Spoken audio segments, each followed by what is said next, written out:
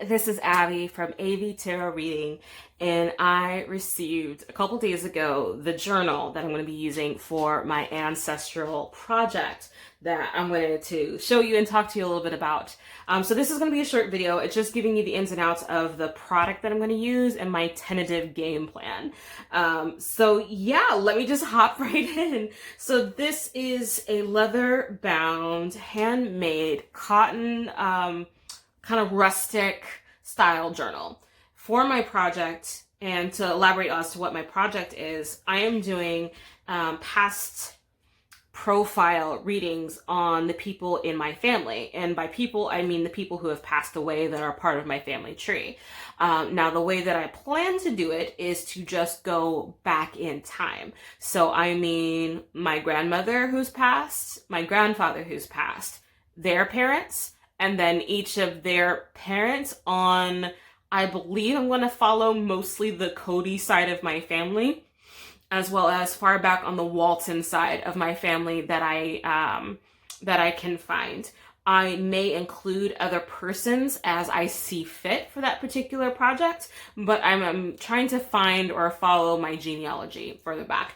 And by profile, what I'm going to be doing is it's what I call a zodiac style reading. That reading is going to show and kind of reflect on 12 and 13 different aspects of a person's life. And the way the reading unfolds for me is it kind of shows up like a story. So it kind of does their prime of their life through to about passing and maybe a little after.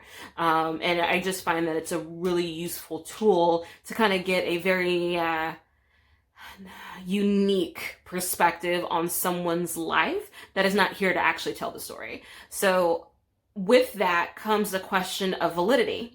And I've already decided that this is a personal, intimate project, so the validity isn't so important as it is hopping into the energy of those souls and allowing those souls to kind of tell me the story from maybe their perspective or what my spirit guides feel like I need to know about. So I'm kind of excited to start the project, and I'm also a bit nervous. And I say that I'm nervous because these are a lot of people that I don't know, and I don't know how long the project is going to take. I don't know how many people are going to be, I'm going to be doing profiles on, but I'm going to be doing a lot of readings for a while.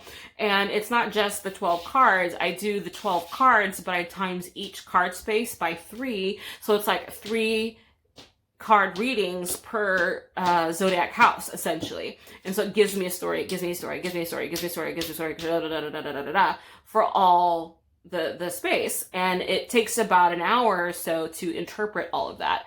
And if you've ever seen my work, you know that I tend to be a fast reader.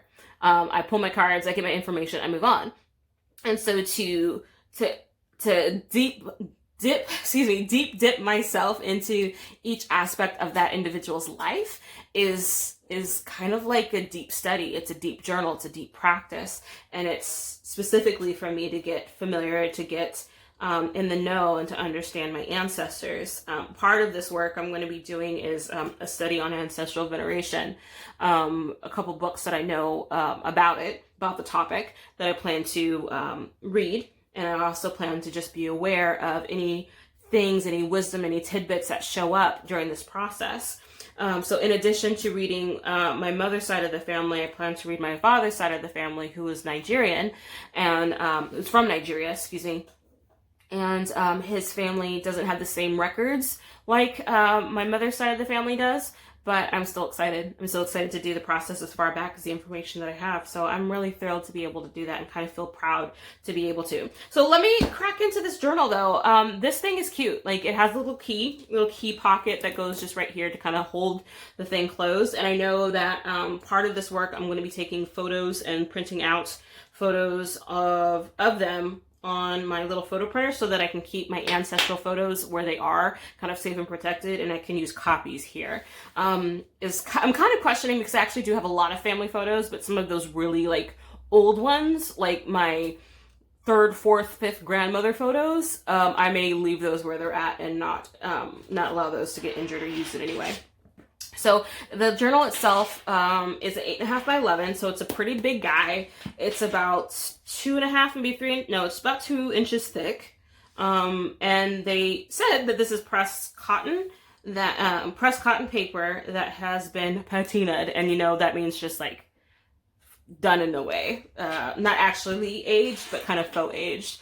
This is leather. It looks like it's cow, from my little bit of awareness of leather smithing back in the day. I believe this is cow. And I like that the rivets are in place. The leather seems dense, but not overpowering for the book itself. The paper in itself is familiar. It doesn't feel old. It is acid free, so I know this will last a while. And I see that the edges kind of have a roughed look.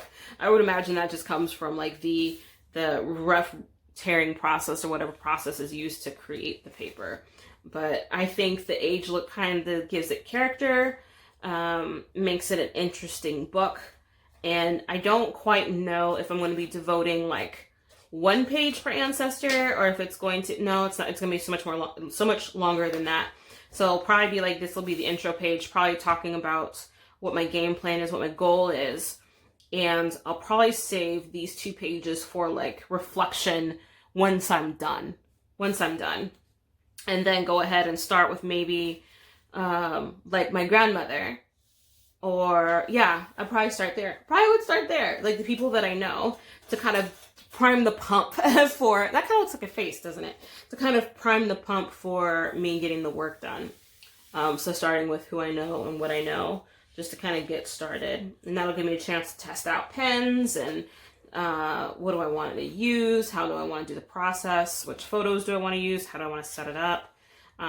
So there's going to be some testing on some paper that I don't, or just some plain white paper to kind of block out the layout of how I want to do it. So I'm thinking of like having, what would I do? How would I do it?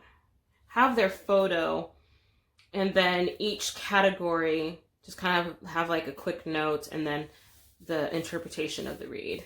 And then just write it like a novel, I think would be how I would do it. And then just progress to each family member. Maybe have like their photo, who they are, where they lived, because I'll have some of that information, when they were born, when they were passed, maybe like a, maybe if I had a keyword for them, or something about them that I was aware of, maybe a story that I remember hearing, something like that. So to me, this is just a intimate way to get familiar with my ancestry, to get familiar with my ancestors, since I don't know them, since they don't know me. And this is like using the tool that I know best, which is my tarot cards, and get to know them. But the paper is interesting. You can see how it's all varying degrees of quote unquote patina. Some of it is better than others. Like when you start to be able to see like prints, it's like, really, I mean, I guess, but really, who's going to be that picky? I ordered this from a site, see, handprint, like really, we didn't need all that. I ordered this from a company whose name I cannot remember, but it came through a recommendation online. So that's how they bind it. Okay. So the recommendation came on through a YouTube when I was doing a search for leather-bound journals. I knew I wanted something big. I knew I wanted something hefty that would have the ability to kind of expand as the work expands, or the work expands within it. So this is going to be my ancestor, not so much of like a book of shadows, but my book of ancestors, is how I want it to feel. And even just holding it and being with it and talking about it, I'm feeling like the beginnings of the story of my family, the story of how I got here, the story of the lives that brought me here. And that in itself that's irreplaceable to me. There's nothing that can replace that. And so it'll be interesting to see what I'll then use the rest of this this book for. I don't know if I'll use it all, or if I'll need another journal, or if I'll, get halfway through and decide that I don't ever want to do this again. Or maybe I will then explore other sides of the family. Like, I plan to go as far up as I can, as far back as I can, and then maybe I can come back down and explore other elements that are interesting of my family. or maybe other history, other notes, other things. So the whole end goal, I guess, with this is to have a artifact, a unique artifact that I can guarantee you that no other family makes. No other family has. Who has a collection of psychic tarot readings that they did for the deceased members of their family, except tarot readers? Like, and even then, would they do it? I don't know. And so that to me just seems like a very interesting way to get familiar with my ancestors, especially as we're getting close to Halloween, Samhain. Just the time of the fall in itself is just super wonderful and pensive, and the veil starts to thin and you start to be able to have these conversations. So I'm excited. I'm really thrilled about what this is going to be able to do for me as a woman, what this is going to be able to do as a member of this family. I'm excited. So yeah, I wanted to show you my big old hunkin' journal that I'm going to be putting this in. And I can't wait to get started. I hope to be able to start tomorrow. Anywho, y'all take care.